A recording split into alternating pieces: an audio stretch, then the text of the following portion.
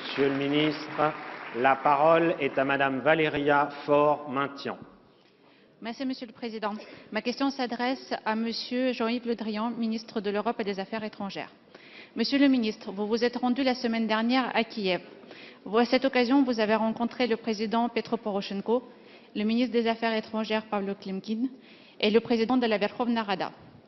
Lors de ces entretiens, vous avez pu rappeler le soutien de la France à la résolution de la crise que l'Ukraine traverse depuis l'annexion illégale de la Crimée par la Russie et le conflit armé dans le Donbass. Alors que les accords de Minsk, signés en 2014 et 2015, ne sont toujours pas mis totalement en œuvre, la France et l'Allemagne jouent le rôle de médiateur pour permettre la résolution en application de ces accords. Malgré cette situation, le pouvoir public a réalisé de nombreuses réformes, notamment la décentralisation, la réforme du secteur énergétique et bancaire. Vous avez également travaillé à l'approfondissement de nos relations bilatérales, notamment dans le secteur économique. L'Ukraine représente un potentiel important de développement pour nos entreprises. Elle bénéficie notamment depuis juin 2017 de l'accord de libre circulation dans l'espace Schengen. La France est aujourd'hui essentielle dans le développement de l'économie ukrainienne. Les entreprises françaises sont le premier employeur étranger sur le territoire ukrainien avec 160 implantations. Cependant, pour créer le climat propice à l'investissement, l'Ukraine doit mener encore plusieurs réformes, notamment pour lutter contre la corruption. Pourriez-vous, Monsieur le ministre, nous exposer les perspectives d'évolution qui se dessinent aujourd'hui dans la relation franco-ukrainienne? Quelle est votre feuille de route concernant l'avenir de nos relations bilatérales? Merci, Madame la députée.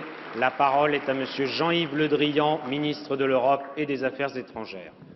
Madame la députée Valéria Faure-Maintien, il y a eu, depuis 2014, 10 000 morts en Ukraine. Et dans le Donbass, qui est toujours une zone de guerre, il y a des morts toutes les semaines. Et 3 millions d'habitants de cette zone de conflit sont victimes d'actes de barbarie. Et on sait les moyens de sortir, puisque les deux parties, je ne confonds pas les responsabilités entre l'agresseur et l'agressé, mais les deux parties se sont mis d'accord dans le cadre des accords de Minsk sur les voies de sortie de crise. Elles sont simples, dans un premier temps, que l'on respecte effectivement le cessez-le-feu, qu'il y ait un retrait des armes lourdes de part et d'autre de la zone de contact, que l'on s'engage dans un processus électoral dans le Donbass, qu'il y ait un processus d'autonomie de cette région au sein de l'Ukraine. Tout cela est connu. Il faut maintenant que les accords de Minsk puissent se mettre en œuvre et il faut pour cela de la volonté politique. Il se trouve qu'il y a un espace-temps après les élections russes et la nouvelle composition du gouvernement allemand, dans l'attente des élections ukrainiennes, pour agir.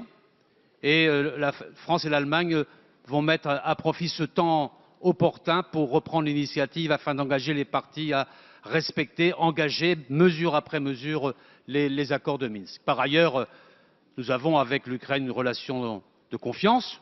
Constatons les efforts faits pour la restructuration institutionnelle, pour les réformes qui ont été initiées, parfois très vigoureusement. Il reste encore beaucoup à faire et je l'ai dit au président de l'Ukraine et au président de la Rada. Il reste beaucoup à faire, singulièrement dans le domaine de la lutte contre la corruption, vous l'avez dit, en particulier en mettant en œuvre une cour anticorruption qui serait le symbole de cette étape majeure. Et par ailleurs, beaucoup d'entreprises travaillent avec l'Ukraine. Nous avons conclu un accord pour 55 hélicoptères, ce qui est un point de départ d'une bonne coopération. Merci, Monsieur le ministre.